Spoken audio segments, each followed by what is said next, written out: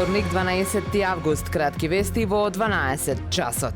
Општина Охрид минатата 2024 година одвоила 322.609.556 денари за јавни набавки, покажува истражувањето на Центарот за граѓански комуникации. За 115 јавни набавки биле издвоени 19,5% од вкупниот општински буџет. Најголем дел од јавните набавки биле за работи, а мал дел и за услуги и стоки. Истражувањето покажува дека повеќе од половина од спроведените јавни набавки ги реализирале две фирми. Во однос на 2023-та вредноста на јавните набавки е зголемена за над 153.000 денари.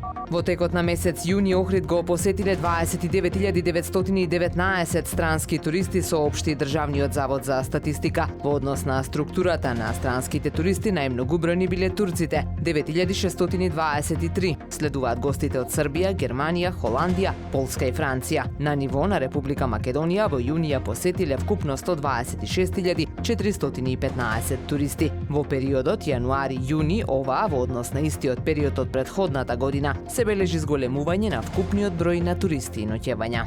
Со учество на 16 поети, музичари и уметници од вкупно 6 држави – Ирска, Азербејџан, Хрватска, Романија, Бугарија и домакинот Република Македонија, во петок започнува 37-та поетска ноќ во Велестово. Програмата ќе започне во 21 часот во селото Велестово со поетски портрет на Андреј Аласади, едно од водечките имиња во македонската современа поезија, пошто ќе следува интернационално поетско читање Имаго. Ќе биде отворена изложбата на академскиот сликар Стефан Младеновски. Следните 2 дена ќе се одржат повеќе интернационални поетски читања на локации во Велестово и во Охрид.